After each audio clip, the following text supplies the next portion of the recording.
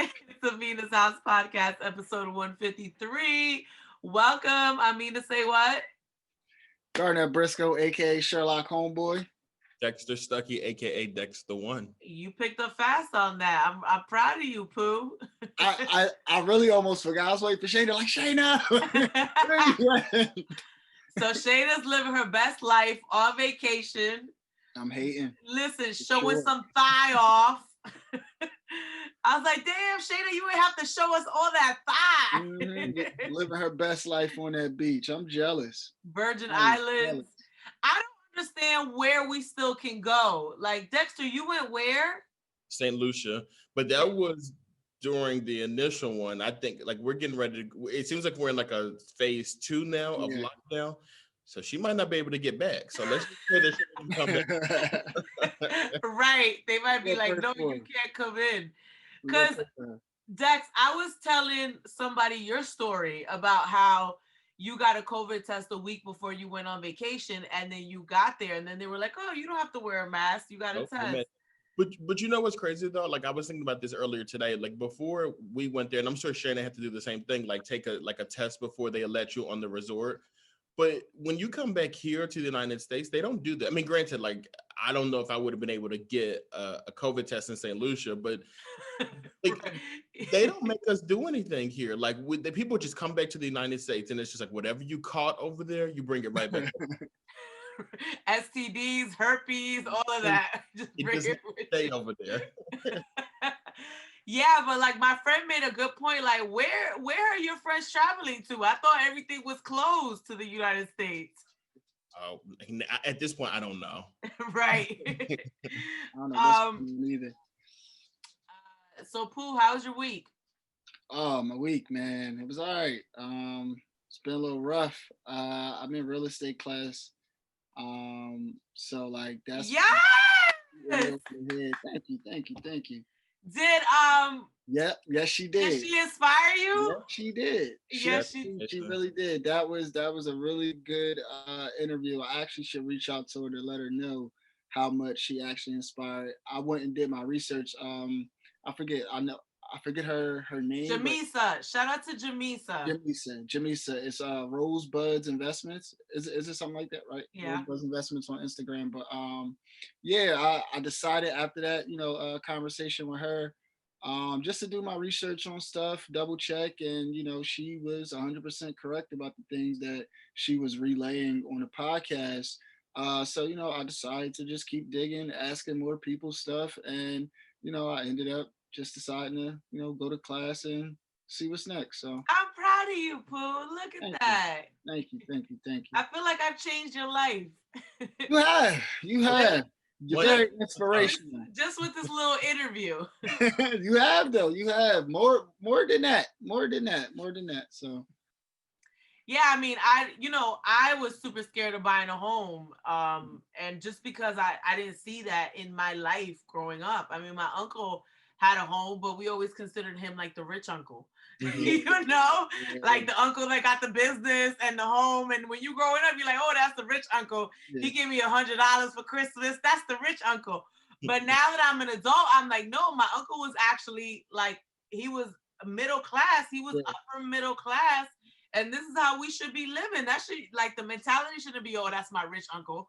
Like, we should all have businesses and properties, and we all should be able to give people $100 Christmas gifts, So I remember because I grew up that way, my father had a house and my grandmother had a house, but that's in, a different country. I'm talking about what I saw here. I was scared to buy a house because I didn't, my father had a house, but in a different country. Owning a house in Peru and Puerto Rico is very different than owning a house in the United States. So yeah, I mean, I just grew up really just having a fear of it, and I don't understand why. Like, once I finally did it and I just kind of plunged in, I was like, this is not hard. Yeah. We make up these barriers in our minds. Like, I gotta save $50,000. Now, would it be easier to buy the house if you save $50,000? Absolutely. It would make your payment lower, but you can buy it with less. Mhm. Just understand what you're getting yourself into and just understand that you need to be financially stable. But either way, like think about it. You got to pay rent your whole life. Like if you ain't paying rent, you homeless. Right.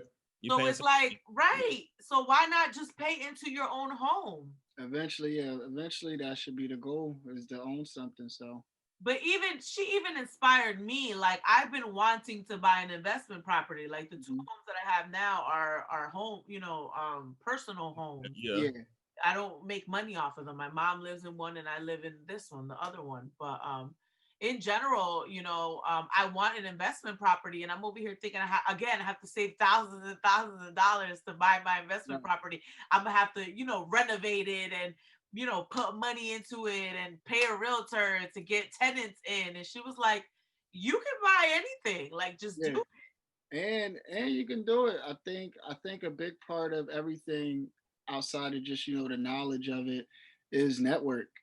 Mm. If your network is pretty good, you can tap into a lot of things because you really don't know how much, like, how many resources you have from other people. Like, you don't know, Dex may be into something else, or his cousin may be a contractor. So now, now I can talk to Dex, he can set something up. So it's all about the network too. Everybody's cousin's a contractor too. Yeah. You know For how many real. rappers I know that their real job is construction?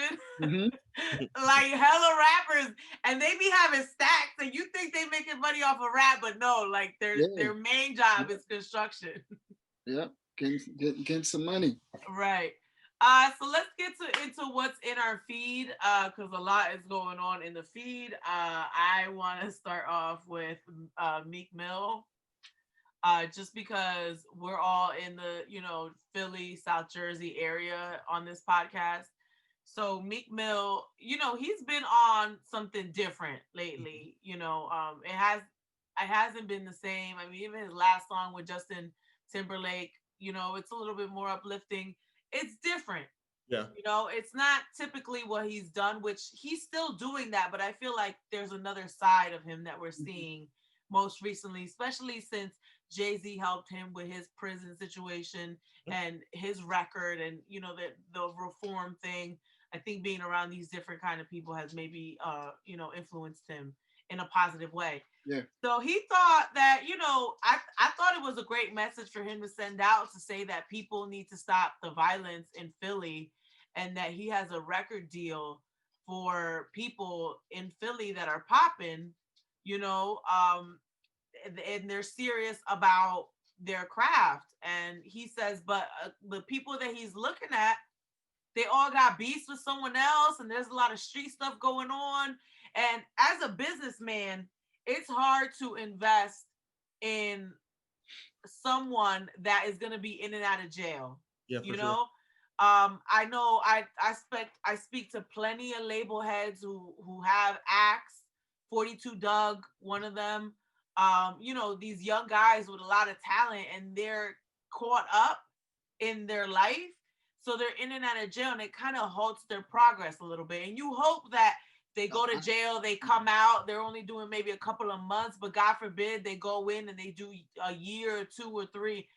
There could be a whole career. Look at Bobby Shmurda, you know? Um, so it's a real thing for business people in the music industry to want someone to not be someone that's caught up in these street situations. We're seeing so many rappers dying right now. I mean, it's ridiculous how many people are being shot, Yeah. how many young rappers are being killed.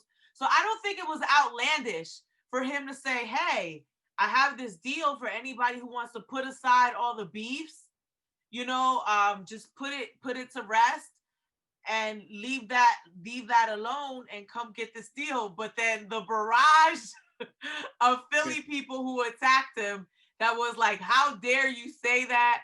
Yeah. You from here? Now you're banned. Look at the music that you're making. Why would you talk about other people? Like, what are your thoughts on this? Um, That.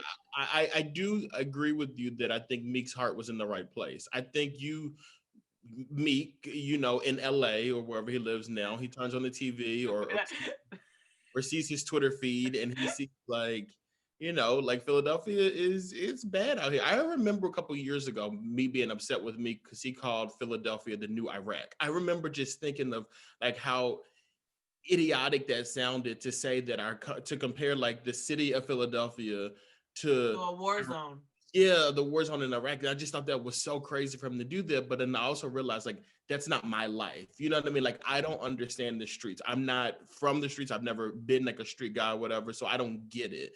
And like with me and having my limited knowledge of the street, seeing Meek's message, my initial thought was yes, like this is a good idea. Like stop doing this violent stuff and like get you a record deal. Like come on, like let's do this.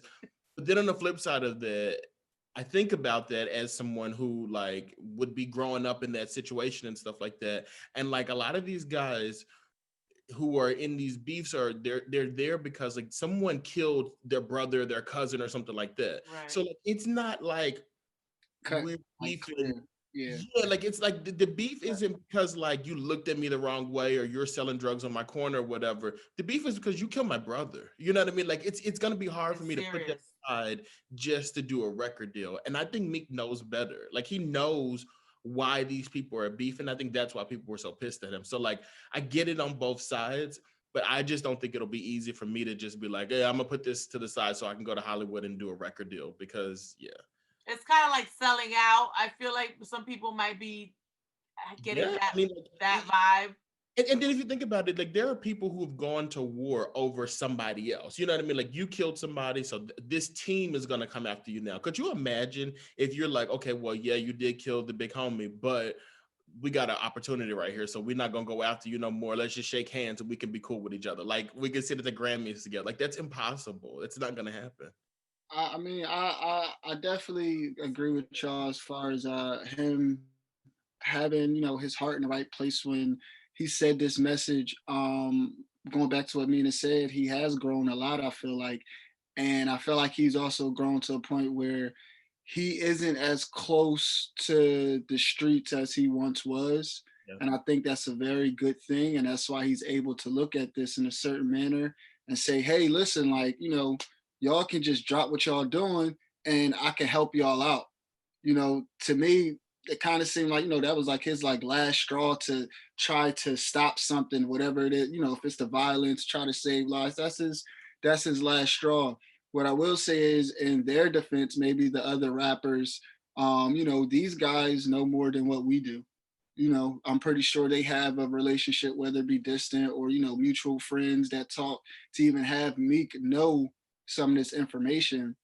So my thing is, maybe his approach should be different as far as maybe not tweeting that. If you know these guys is in trouble, how about you have that conversation with them guys in person instead of maybe on Twitter, and maybe you don't Yeah. get the backlash that you do. But once again, he's not around to do it. He has reached another level where his life just isn't Philadelphia, So maybe it was the messenger. Who knows? He has a repeated offense of saying things outlandish on Twitter, using his phone, that gets him in Twitter trouble a lot. fingers. So, Yeah. Fingers is literally exactly. So to have him, I'm pretty sure a lot of people look at him like, you can't be the voice of reason. Out of all people, maybe not you, but what he said, yeah, I feel like that's something that should be done, and it can be done. Going to what you said too, Dex, I know it's hard, but it is a decision where you can put that gun down, you can swallow your pride, you can try to come to terms of what this is if you want to really change your life. And I think that's what that message was. Well, I think bigger than all of that is the fact that people are dying seriously, and how do we put that to an end?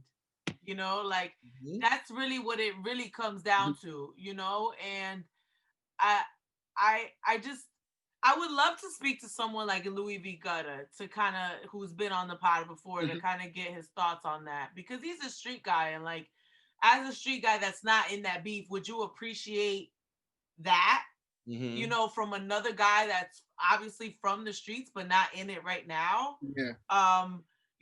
I saw a lot of people like saying, well, look at the music that you make. I mean, the music that he makes, does that mean he can't grow? I mean, I He, don't. I Right. think he makes that music like that because that's what he knows. Like he's telling his own story. So like Yeah. he can't talk about stuff that he doesn't know about. He might not live that life right now, but like he knows it. So that's why he makes that type of music.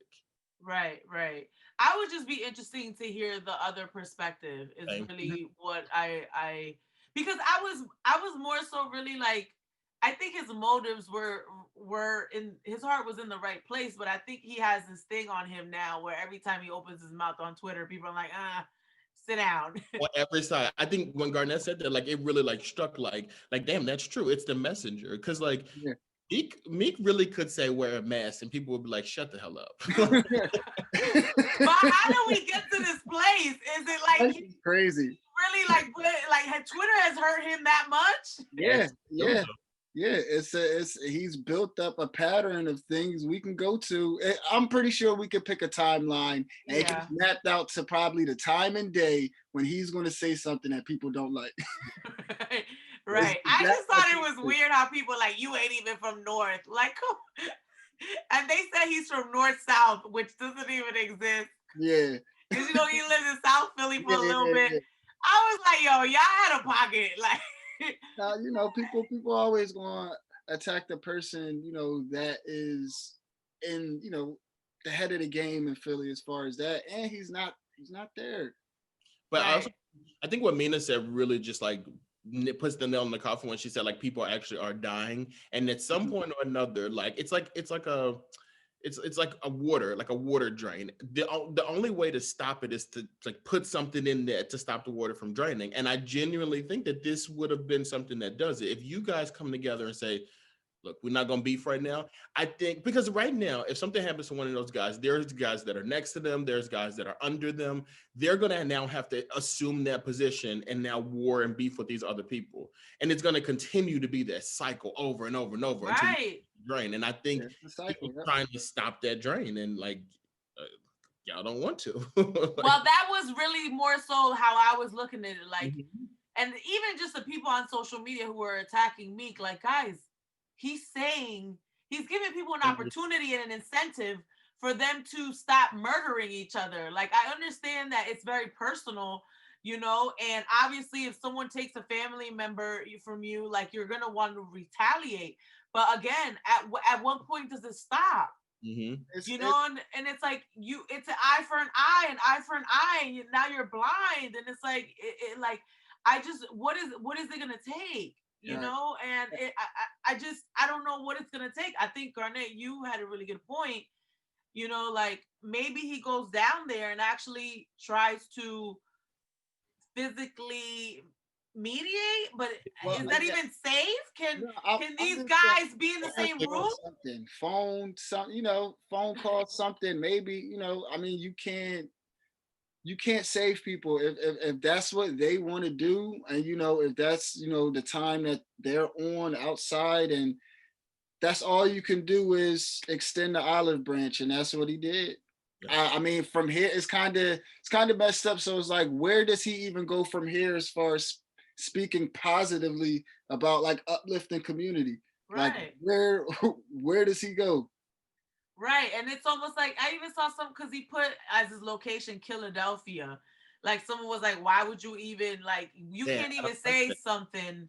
You can't even say something about the killing in Philly when you're like kind of promoting it by putting that. But it's like at what point, I read the news every day and it's like there's an outrageous amount of people dying every day. And I think we just become desensitized Hmm. to it. But these are people with names and families. And it's like, what is it gonna take? Like Meek just offered people a record deal and people were still bad. Like I don't know. But I'm also, flabbergasted. even with that, so the tweet. So let's say the guys tweet back, okay, we wave the white flag. What happens? Does he give all of them record deals, or does he just give The best, one record deal? best one. Not everybody. He The was very best clear with he said, the What are best y'all? ones. I that's mean, this is a conversation, and that's why I said I would really like to talk to Louis V. Gutter about this because when you're in the street, how hard is it for you to put the street behind you? And a lot of the young rappers, they're rapping about street stuff. So it's like, how hard is it to leave the street behind you to actually start focusing on the business? Mm-hmm. You know, because if you're coming in and out of jail or you're on the run from people, it's gonna get in the way of your business. You know, Your you life, can't make everything. right. You can't make public appearances if you just ran down on someone. Like, you know, it's like, what is it gonna take to for people to kind of leave that alone? I don't know. It's a cycle. I mean, it's serious to them. It's their family. It's people they care about. You know. Moving on, I wanted to talk about James Harden Mm. leaving Houston. So apparently he wants out of Houston. I thought this was an interesting thing to talk about because there's some things going on in Houston. So I just saw my guy Robert Covington was just traded, Mm-hmm. and then I just think there's a culture, from what I'm reading, there's a culture with the organization because you know the main guy is the owner is a big Trump supporter. So I'm over here. So Russell Westbrook has reportedly already requested a trade. You know, last year they lost their GM. You know, Mm-hmm. their coach. Now James Harden, and all because of the owner's allegiance to Trump. He's donated millions of dollars. Um, I wanted to kind of unpack that a little bit. You know, there's a conversation there about just playing a sport and you're literally wearing a Black Lives Matter shirt, and you know the whole season was about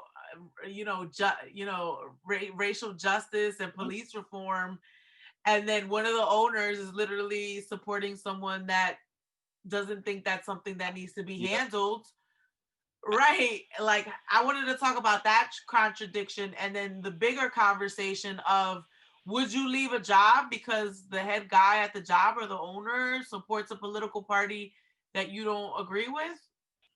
I think in James's situation, outside of just like sports, I think as a man, like I can respect that. Like I was Right. reading that they offered him $50 million and he turned it down. He said, you know, I don't want to be in Houston. Like get me out of Houston. We could use him in Philadelphia too. Just putting it out. Right. Hello.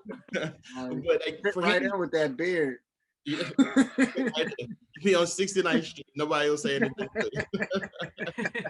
But for him to turn that down and say, look, I want to go over here. I mean, also he wants a championship too. Like he wants to be on the team that's going to be able to get him to that level, which is respectable too. But to turn down that amount of money for whatever reason, like, you know, like your personal goals and your professional goals, your morals and everything like that, like to me, that just speaks volumes about his character, Right. about himself. I don't know how he is with like women and all that stuff like that. But as far as because I heard he dated Ashanti and I heard they had like a really bad like situation. But You but as just far hating as, a little bit. You hating a little No, bit. he knows all of Ashanti's dating timeline, like everyone. but as far as him doing that and saying like, just especially after this last season where like I was a little disappointed with the NBA when they started the season. I'm like, oh, why would you guys play for these people? They don't respect y'all. Don't play for them. Then they played in the bubble and they had the Black Lives Matter court and everything. And I'm like, okay, I can get behind this. I can respect this. Then I forgot exactly what happened in the world, but like, something happened. And then the players were like, F this, we're not going to play tonight. And then they did like a boycott that lasted for a day. And I'm like, well, what the hell? Like that was stupid. Like, so that was annoying when they decided to go back. But like to see him stand firm on his beliefs and say like, I'm not going to play for you, I'm not going to do this, to me that's very respectable, because at the end of the day this could turn into a Colin Kaepernick situation where he's blackballed from the NBA completely. You know what I mean? Like there is a chance. It's not happening because New York is literally throwing the kitchen sink at the man, but still he could have put himself in a position, boxed himself in, where other owners are like, no, we're not going to work for him. So like I think that's commendable. That's I want to say, just to kind of unpack that a little bit, I want to throw something into that because Sean Bell, who's a sportscaster in Philly, he's a friend. We were talking about the differences between football and basketball when it comes to how they support social justice movements. So I just want to kind of throw out there that football is a lot less supportive until recently Yeah. But at the time when Colin was doing his thing, there was absolutely no support I mean, for. and even now, there's still like their support is like iffy. Like it's It's like more than it was before. right, But but you won't see them put like Black Lives Matters on the I field. was just gonna say the NBA is a little bit more progressive in that way, Mhm. and that comes down to the commissioner, who they're a little bit more supportive of it. So it's two different sports and two different, leadership. So I just want to kind of throw that out there, which is why I don't think James would ever be blackballed the way that Colin was, because I just think it's a different sport, and they're a little bit more progressive, and a lot more of the players are black. So it's like, you know, just want to put that out there. And star players at that are black. Right. Yeah. Yeah. Yeah, it's I didn't even know that that was like a thing down in Houston. I watch sports. I'm just watching it for the transactions and everything like that. So that's definitely news to me. What I will say about that is it wouldn't be the first and probably won't be the last that one of these owners, rich powerful owners support somebody of their kind, somebody like that. We had a incident a few years ago with the Clippers owner Right. that so it's a thing.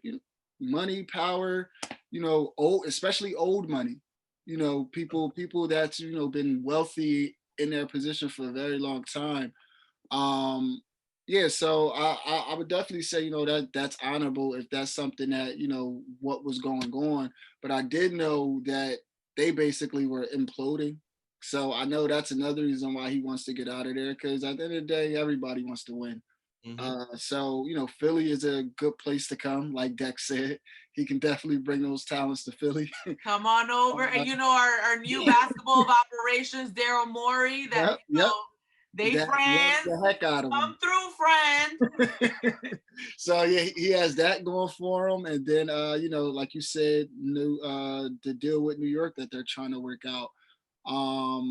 But yeah, that's interesting. Just having those people in power that run these companies that you have to work for, that ultimately, if you want to say it, that don't give a f about you. That's what they're kind of showing, no matter how much respect that they're trying to give you. Right. Yeah, that's I mean, I just think that he has leverage. He's a great player. a lot. He's A lot. worth a lot of money, and there's a lot of players that could use his talent. So I think, yeah, when I first saw it, I thought it was very commendable for him to kind of take that stance. Like, I'm not going to work for people that don't support these basic moral values that I have.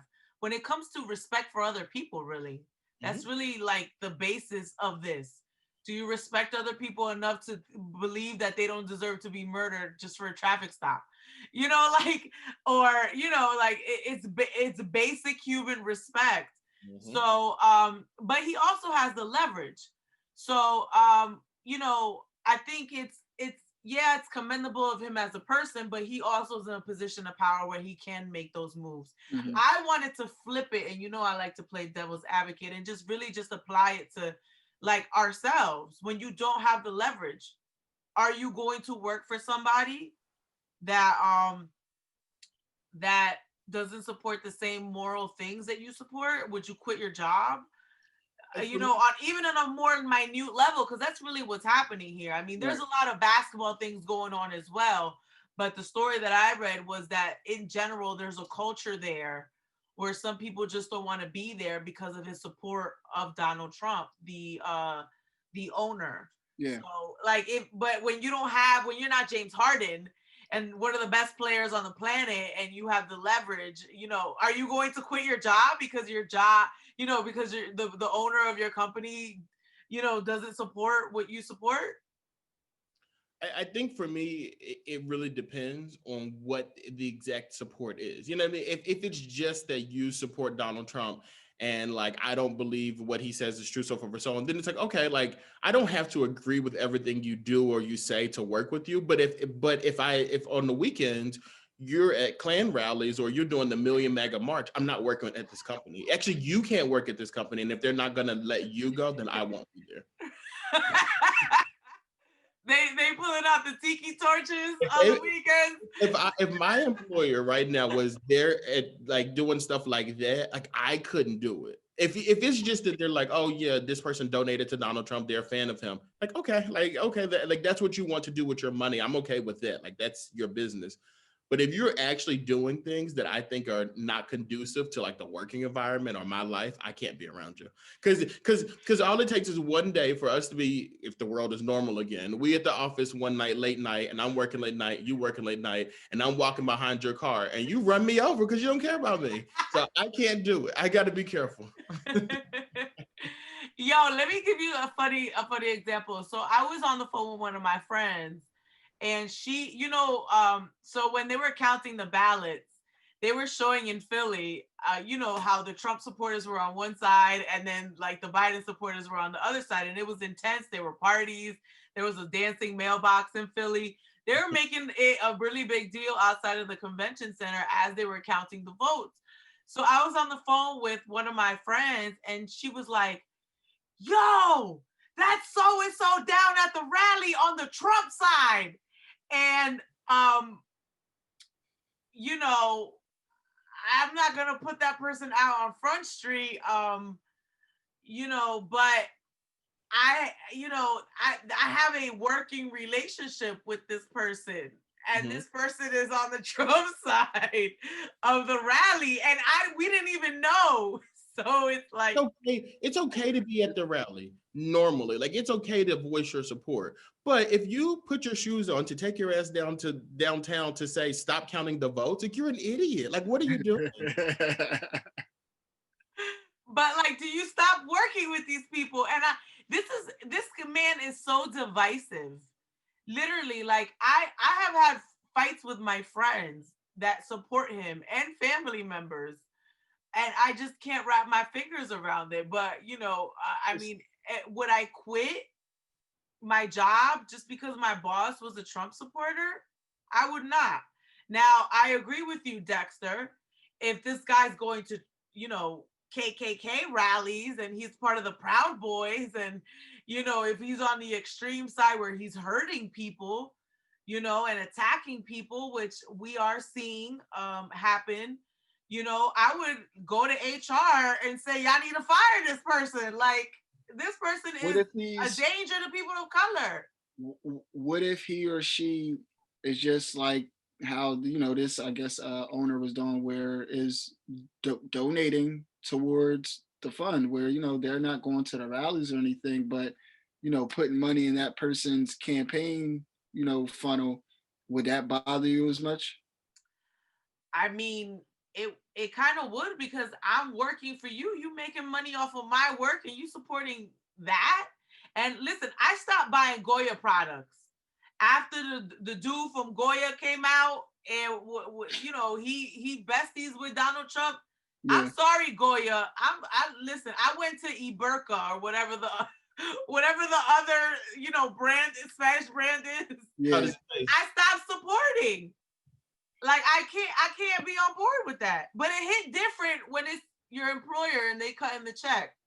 I mean, I agree. I think for me, like, there's one of my podcasts that I love listening to. I listen to it every week. When I was listening to it last week, one of the hosts on the podcast said that he did not vote. I immediately turned the podcast off, and I don't know if I can go back to it, because you don't stay, like, and it's a white guy too. And I just feel like to say that you don't vote, and it's in this specific election where someone is like literally like racist and saying racist things and doing racist things and promising like racist stuff, for you not to vote, to me, it just shows you don't care. And like, so I'm like, I just can't support the show. Like, I'm not going to put money in your pocket if you're supporting something that I don't support.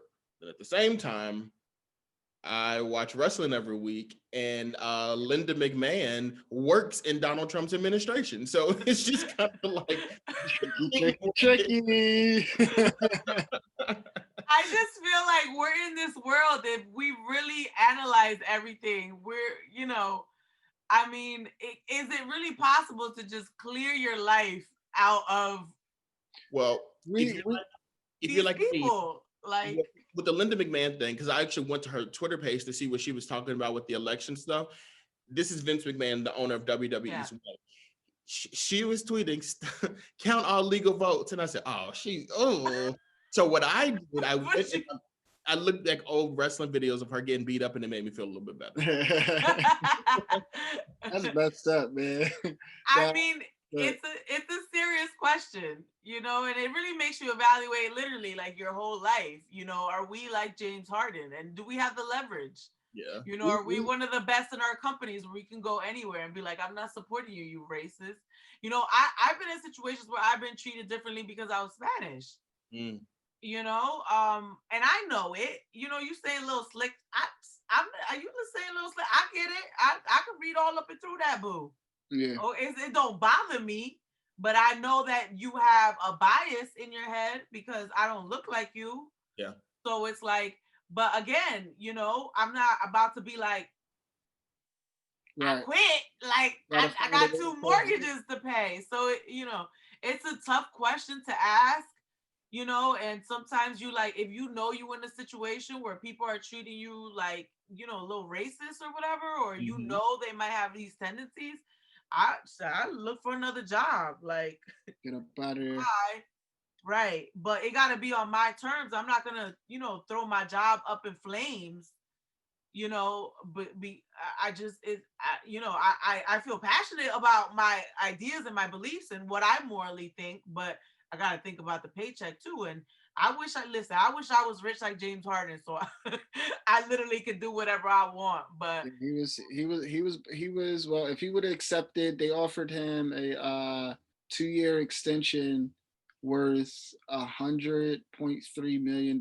He was gonna be the first NBA player to make $50 million a year.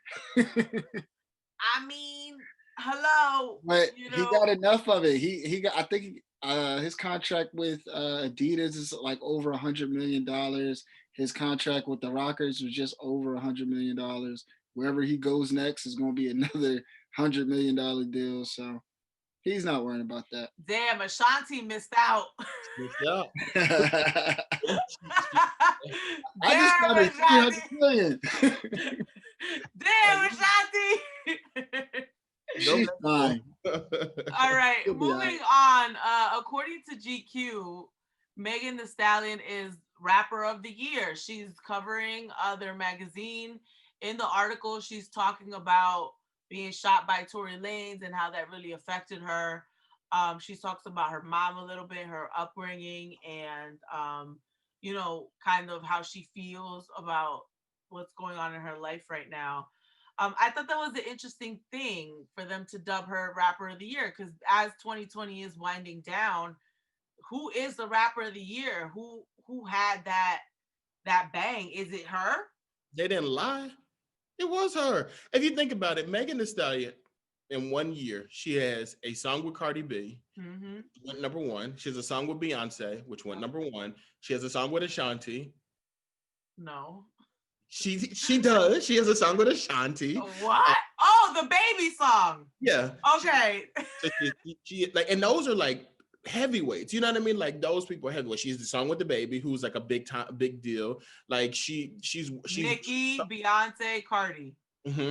And she covered Eazy-E's song. Like she performed at the BET Awards. Like she won a BET Award. And remember, forever, like they will only go to Nicki Minaj. Then Cardi B snuck in there. Then Megan Thee Stallion is in there. And as a female rapper, let that sink in. She didn't support Donald Trump, so that takes out literally every male rapper that we like. She didn't support Donald Trump. And the big thing about Mr. 50 Cent when he first came out was what? He was shot 9 times. Megan had a story of shot as well. She literally is every rapper that we've ever loved combined together. And she's Rapper of the Year. She's absolutely, like, there's no other person that I would put even close to Megan right now. I and agree. She is a rap. Oh wow. Yeah, it's hard to say like who's really deserving, you know, of it. I will say is yeah, when somebody's playing at that like high of a level, like she's at a high level right now at the top of her game, just music wise, you know, going to what Dex was saying, running down all of the, you know, hit records. These are hit records with all of the people in there, right? And you know, of course, the madness adding to. I wish that wasn't a part of it because I think that's why it probably left some people sour. that, you got the BS wrapped around, the politics of it. But That's street cred. I he said that. But I will say, I did think Little Baby had having a That was gonna super be my strong point. 2020. So I mean, I feel like he's deserving of it as well. I wouldn't be mad if somebody gave it to him. But yeah, it's just love, like mainstream wise, she's just at another plateau, that people just love. So I get it.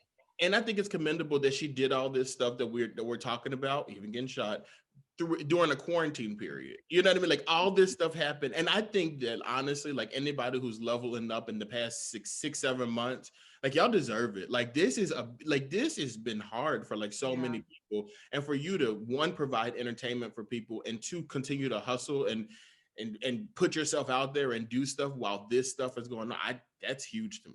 Yeah, Yeah, that's a good point, Dex. I literally was good. You literally hit all the points that I had written down here You when may it know comes you to here. yeah, like no, seriously. And then you did as well, Garnett. I think when I thought of rapper of the year, I think definitely Lil Baby popped into my head, you know, and The Baby as well, and Roddy Rich. But Yep. for some reason, I just think the bigger picture really was just such an anthem for the year.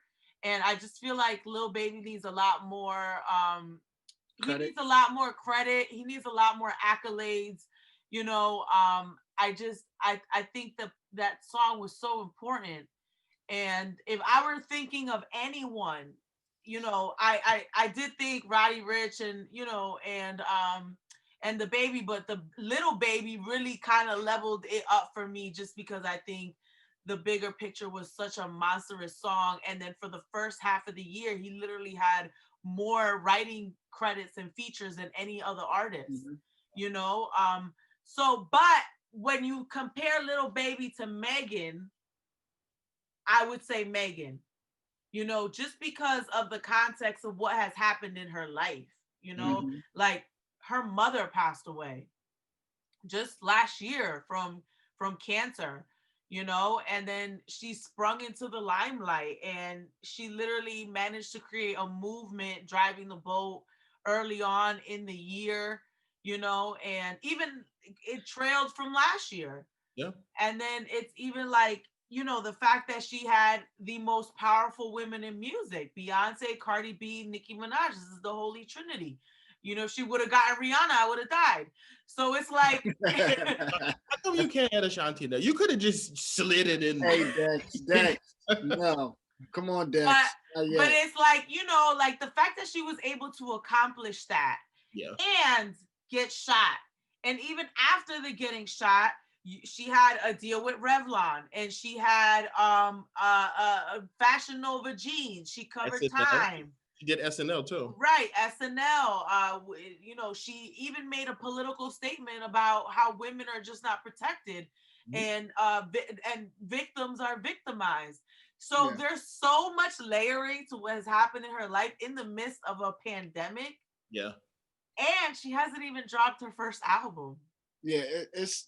I was like, it's, she just dropped a mixtape in March. Like, her album is literally coming out. It's out tomorrow. Yeah.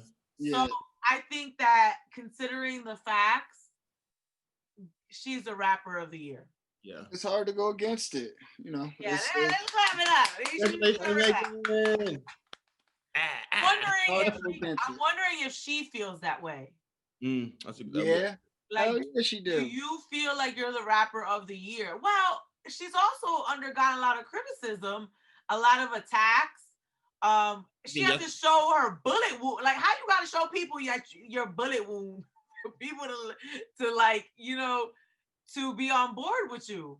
I do want her to get past that situation though. Like, I want that to be done. Like, I don't know what needs to happen, what he needs to do, what she needs to do, But I want that to be done though. Like I don't want to continue to talk about that anymore. After this album comes out, like she has Cardi B and Beyonce featured on her album. Like I want us to move away from the bullet stuff. Yeah. Like she's talked about it. He's talked about it. I don't think we're ever going to get any resolve. I think I'm exhausted of hearing about it. I want to see her win, and she's not winning with that stuff coming up every 5 minutes. I want that to be done. I need him to come clean. I just think like he either I need a resolution. Like you just can't shoot a woman and then deny it and drag her name, her God-given name through the streets and call her a liar and If he offer did it, and offer to pay her to keep hush and nothing happens. Like I refuse to allow the world to just ignore this. So that's why I think the narrative is continuing because there's no closure to this there's no resolution. at all. All right, so that wraps up what's in our feed.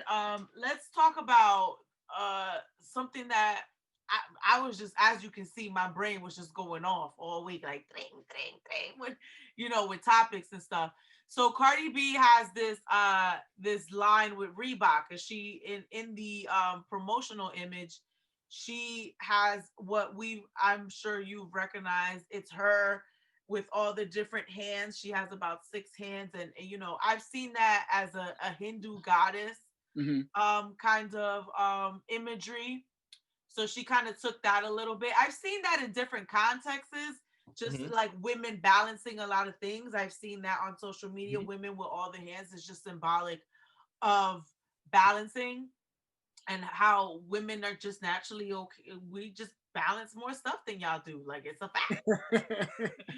But right, like we be holding, especially during this pandemic, like women are literally like cooking, teaching kids, No, it's just like they working, and the man is just like, oh, I'm gonna go lock myself in the room to work. So but when Cardi B released this image for Reebok, I saw some people be upset. They're saying that she's appropriating a Hindu goddess, and they were upset with her about that. She immediately apologized and said, I'm sorry, that wasn't my intent at all. But I started to think, what is the difference between cultural appreciation and cultural appropriation? Did she really appropriate, a Hindu goddess by mimicking her in an ad? How do you guys feel about that?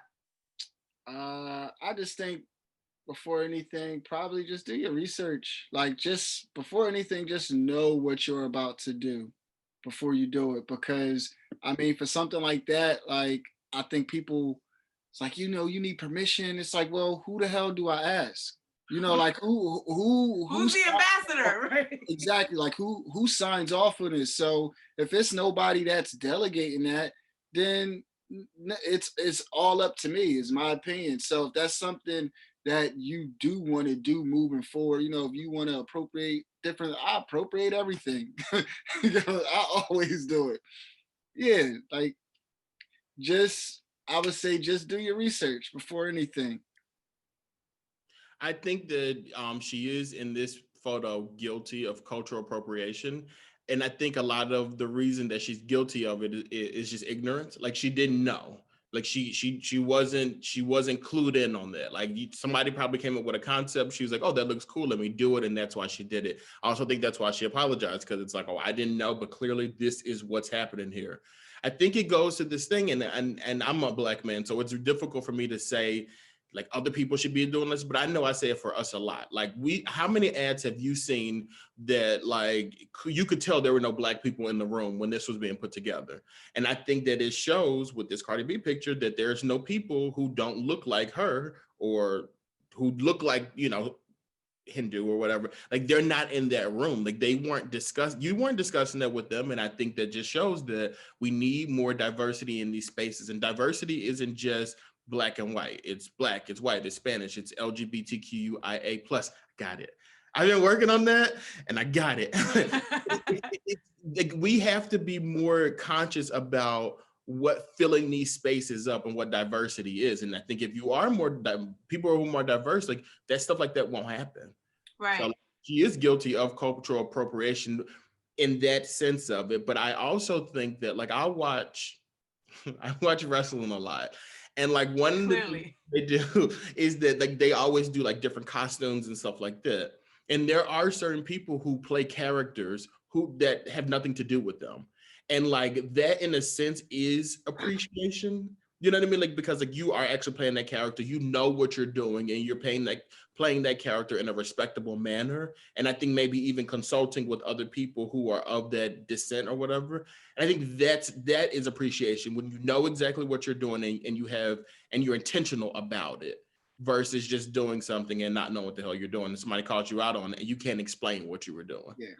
And so, go ahead. I want to kind of point out why people were offended. Obviously, I don't know much about I'm familiar with this goddess. I've seen it before, but obviously I don't know the context. I don't know the meaning. I don't know the backstory or anything like that. So, some person said on Twitter, as a Hindu, I want to say that wearing a shoe in temple is prohibited. So obviously this whole thing is for Reebok. So I can see how, that's offensive. Durga Ma, which is the Hindu goddess's name, is not to be used as an aesthetic. Durga Ma is never depicted bare body. So the fact that she's kind of like, she got a crop top or something on, like she's showing the top. This is not homage. This is disrespect. So to portray this goddess she's a little bit more provocative than how the goddess presents herself. And then even in that particular religion, you can't wear shoes, and this is a shoe, to temple, and this is a shoe. This is an ad for a shoe. But that's why I wanted to have this very difficult conversation of what is the line. Yeah, because at that point it's what's creative freedom then? Like what are we doing if I just need to sign off on everything?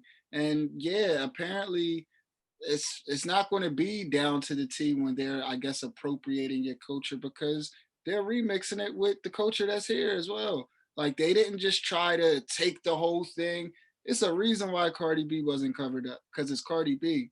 Right. Like that's not that she wasn't trying to be this person, but that says everything. Just what about cover art? Like how many album covers we've seen have depicted certain things and Jesus, everything, like just everything. So I mean, I'm guessing you can pinpoint, but she's the biggest person in the world right now, or one of, at least in the rap industry.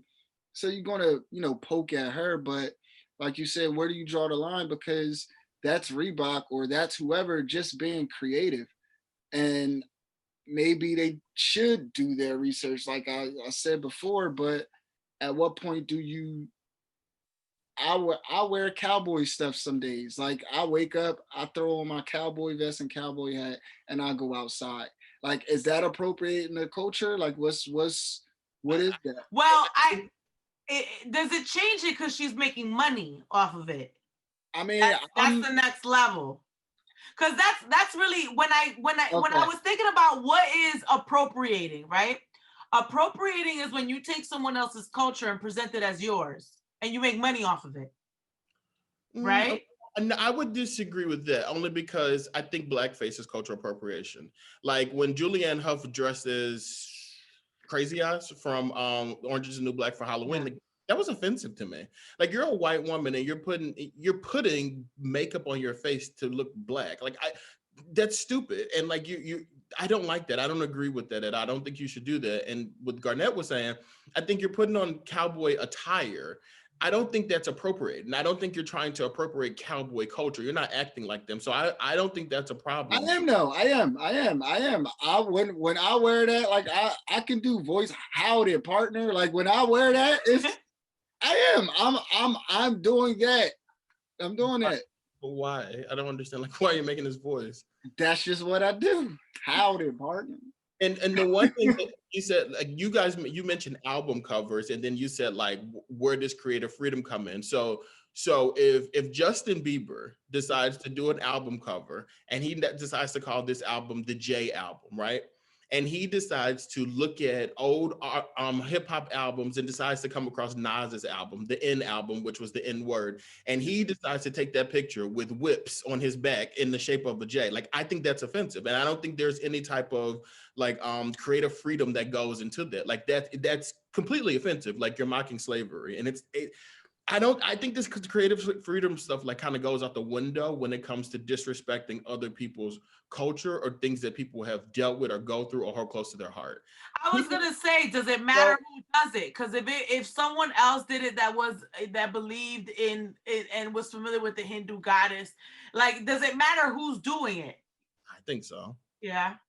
So even what if let's say, hypothetically, let's go back to your story, Dex.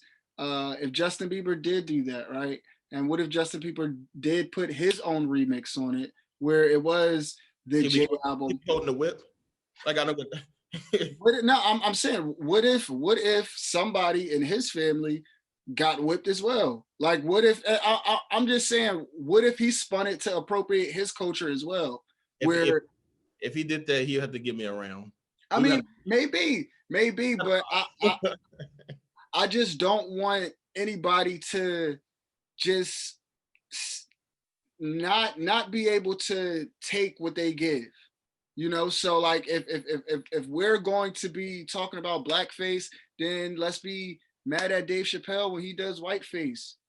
It's funny as heck. How is the cultural appropriation though? Like how is the whiteface, like, how is that offensive?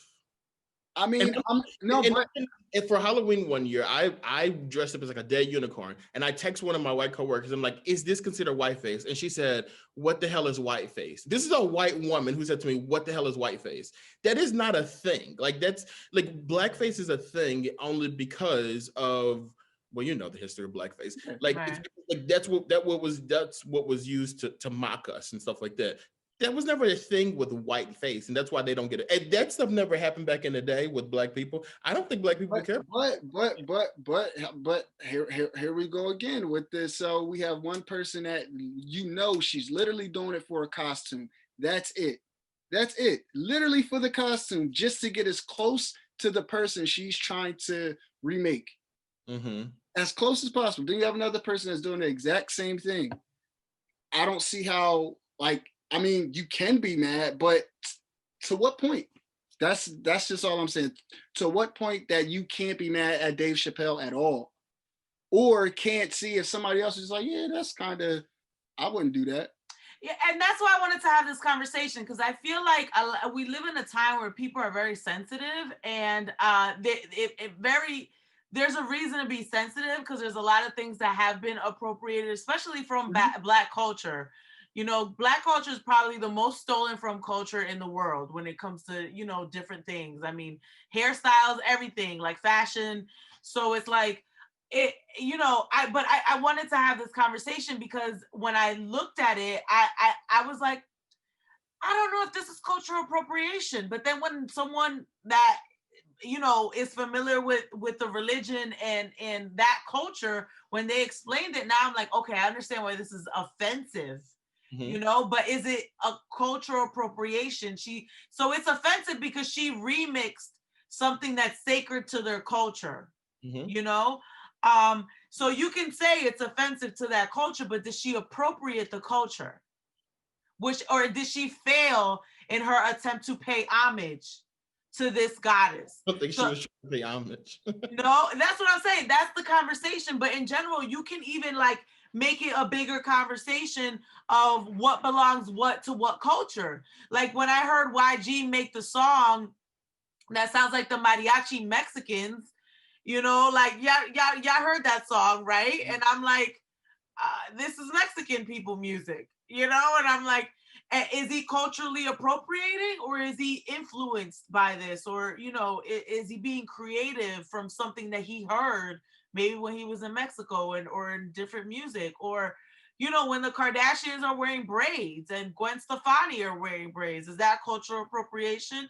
That I wanted to kind of make it a bigger conversation so we can really outline what is appropriation and what is appreciation. Like, I like your culture, I enjoy what you're doing, I think this is cool, I'm gonna adapt it because I think I appreciate your culture.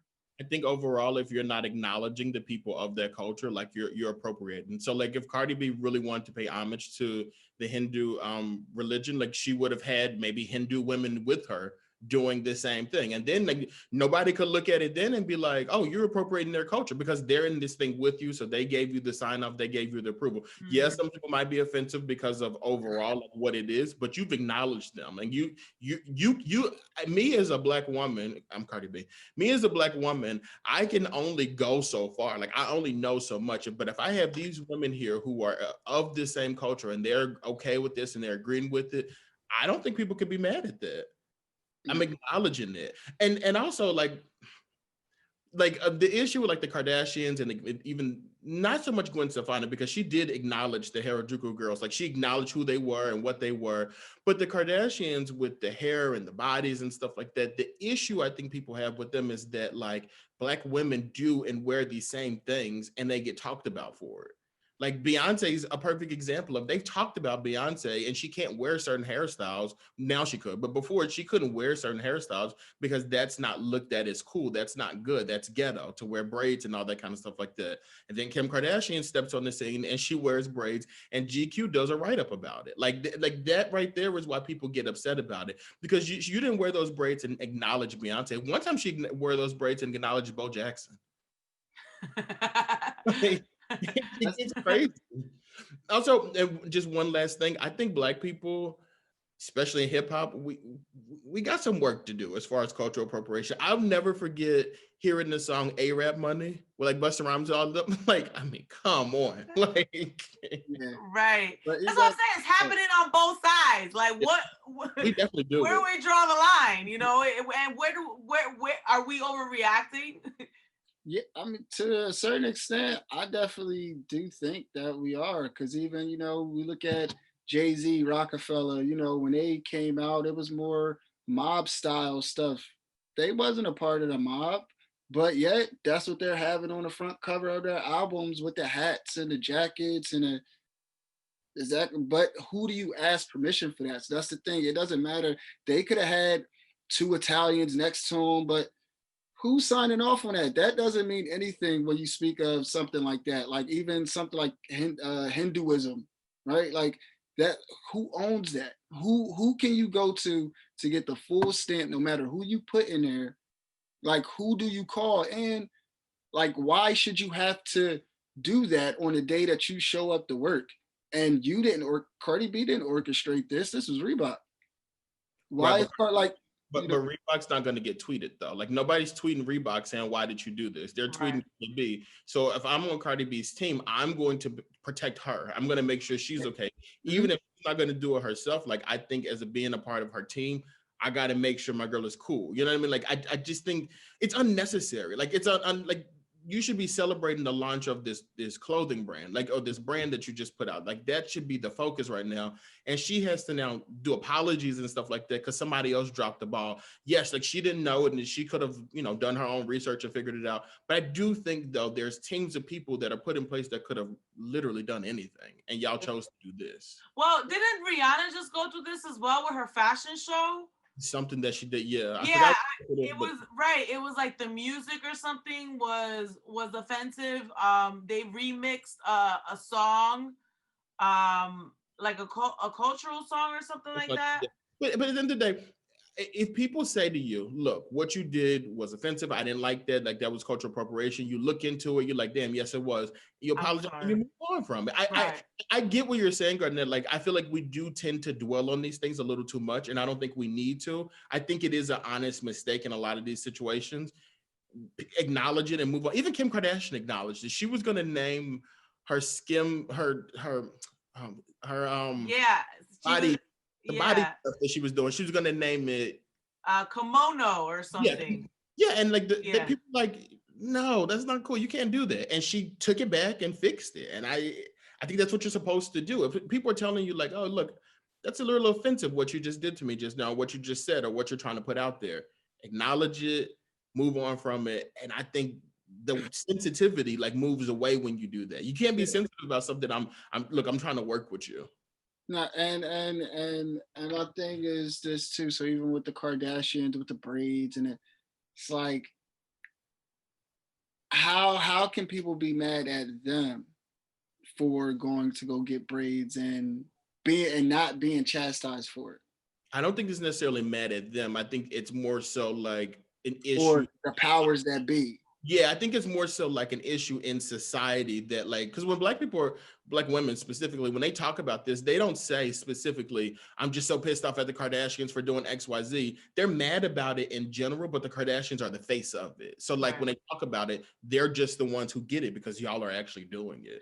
I Yeah. just think in general, we're living in a society where we borrow from one another and we're influenced by one another, and there's like this need for people to hold on to, oh, well, this is ours, or we made this, and I just think in general, I think that people need to be very careful when they use the word cultural appropriation, because it has such a heavy meaning. That means you're literally taking someone's culture and stripping it from them and profiting off of them without even any kind of regard for the people that created the culture.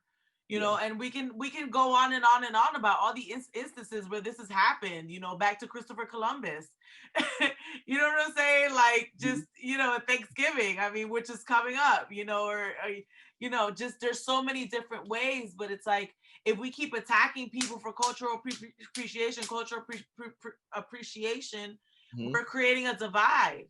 Yeah, we are. And it's like, oh, I'm scared to even be influenced by another culture, or pay homage to another culture, because I might be attacked by the people of that culture.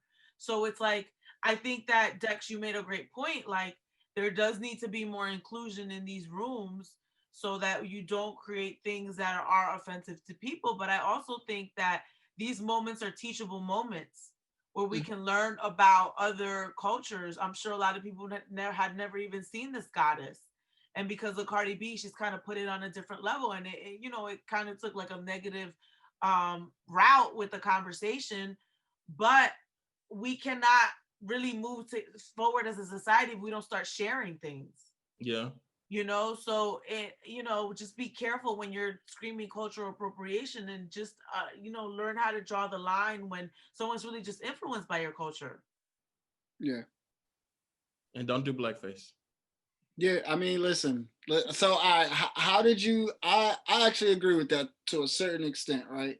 Because I think Drake caught a lot of a lot of backlash for his blackface that Pusha What T. were you gonna say?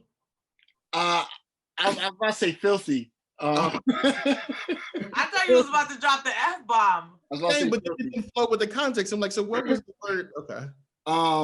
Yeah, so he put that out there, and Drake, everybody hated that. You should never, you should this, you should that. In that case, I don't think people even took into account the context on why he was doing it. Why an actor? With that though, like I agree. See, this is why this conversation is so hard to have though, because you But it's have the good to have. It's good. yeah, sometimes because you have the Julianne Hough stuff that like you're a white woman putting on blackface in 2013, 14. Like, better at that point. Drake's thing, Drake. She didn't think it was blackface. She's like, this is a costume. Like, it literally, it sometimes is really that, like, mindless, Her skin was darker than mine. You said that. Get out of here, Dick. The Drake thing, I think people literally at that point wanted to be upset with Drake, so that's why they did that. Because Drake runs around saying the N-word all the time, and nobody says anything. Like, I think the Julianne Hough stuff really was like offensive to people. Like, what are you doing with the Drake? Like, y'all just wanted to be upset. Great point. Yeah. Checkmate. Good. I'm just so impressed that Dex and Pooh were going back and forth because normally it's me and Dex, and I'd be like, "Damn, our podcast is so combative sometimes." Which I don't mind because I revel in conversation. Like, why is it always me? oh well, Like, you have strong points and you opinions. stand on them, Yeah, and that's a good thing. yeah, It creates the banter. It creates right. good stuff. It's good. No, I love it. I think it's intellectual conversation. Mhm. I mean, we're not talking about dumb stuff here. Exactly. Literally, our conversation is what is the difference between cultural appropriation and cultural appreciation? How Mhm. do you even distinguish that? I haven't heard anybody even having that conversation. Right. And You know? and all in all, I think we're disagreeing on the the Minutia. exactly, and not the we agree on everything. So, well, not everything, but on this Yeah. I really don't have no issue with you wearing a cowboy boots and doing accents. Like if that's what you stuff.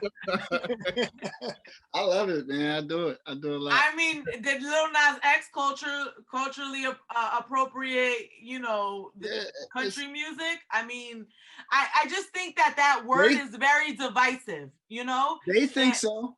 right. But what I'm That's why saying they is, didn't want him on the country charts at first. hello. But that's but what I'm saying. Like, you can't come and steal from other people's culture and then get mad when people steal from your culture. Right. He had to go get one of the biggest country singers of all time in order for him Right. to be like, all right, bro, you can you can Right. give your accolade for this. That's good. Yeah, like why can't that's what I'm saying. Like, why can't he wear the cowboy hat and do why? He's influenced by that. Like maybe he watched John Wayne movies or whatever. Like how that's come, what it is, how right? come Like you doing it no more? Huh? Huh? he's no Like, longer influenced. Now he's being influenced by Nicki Minaj. So like I think we should be educating each other on disrespectful things, but like Mhm. it's blackface is not acceptable. That's disrespectful. When this woman broke down why Cardi B's portrayal of this Hindu goddess, why that was disrespectful. Oh, y'all got that. yeah. You know, I mean, the the right? the the Reebok thing saying like, well, you can't wear shoes, and then it's a Reebok ad. Like, you got me right there. Right, that's what I'm saying. So we with you. This is disrespectful, But is it cultural appropriation? If she would have gotten all of that right, would she be appropriating the culture, or was she influenced by it? She got it made her feel creative. So is it only like appropriation if someone calls you Profit. out on it? No, if someone calls you out on it. Because it's like I said, it's other things that happen that people don't speak of, or and then this. It's like she's not the first person, I'm pretty sure, in hip hop to try something with Hindu. Yeah, but you know what? I always think about this too. How many rappers or singers put out albums in Spanish and they don't speak a lick of Spanish? Yep. And I love Mariah Carey, but girl, I'm pretty sure you could not carry a conversation with me. But there's so many artists that literally dub Drake with the Dominican guys. I forgot what song he put out, but Romeo, whatever the guy's name is from Aventura. I think there was a song there. It's like you can even go as far as doing that. Is that appropriating culture? You can't even have a conversation with me, and you're putting out a whole album in a language to benefit off of that you don't even speak. So, but like me as a person, I'm not sitting there like, oh, that's cultural appropriation. I'm like, oh, that's cool. Drake is butchering the Spanish language. Okay. Ha ha. Like, or like, oh, Mariah, you need to work on, your roles with the R, but like that's what I'm saying. Like, this has been happening since the beginning of time, where people are just influenced by different cultures. So it's like, as we start to really melt and be like interconnected, even in this pandemic now, where you can reach people through the screen. Hi, I can touch you through the screen. Like, do we really want to keep doing this and separating our cultures, or just maybe use this opportunity to educate each other on what's offensive and what's not offensive, That's and fair. just celebrate that someone else appreciates your culture enough to try to include it into what they're doing. But some people might not even like that because they're like, don't make money off of other people in their culture. You know? All right. I don't think there's an answer for that, but I'm very satisfied with the conversation. Good Cool. combo. Cool. Yeah. All right. So that's the 153rd episode of the Mina's House podcast. Anything you guys want to add? You know, just thank you guys for watching and tuning in. Definitely that. Thanksgiving is coming up. One of the greatest holidays of all time for food and family. So I'm with it. We got to talk about Thanksgiving because, you know, you got to bring your own plates and salt and pepper and hot sauce and food and liquor. It's bring your own Thanksgiving this year. So we'll talk about that next week, right? Yeah, Okay. we'll talk about that. Yeah, you know, Tuesday. are you doing it? Like, what are you doing for Thanksgiving? So we'll have that conversation. I'm Mina SayWhat. Thank you for watching. Garnett Briscoe, aka Sherlock Homeboi. Dexter Combative Stucky, aka We love you, boo. Okay. We welcome intelligent thinkers on this podcast. Exactly. All right. Bye, guys.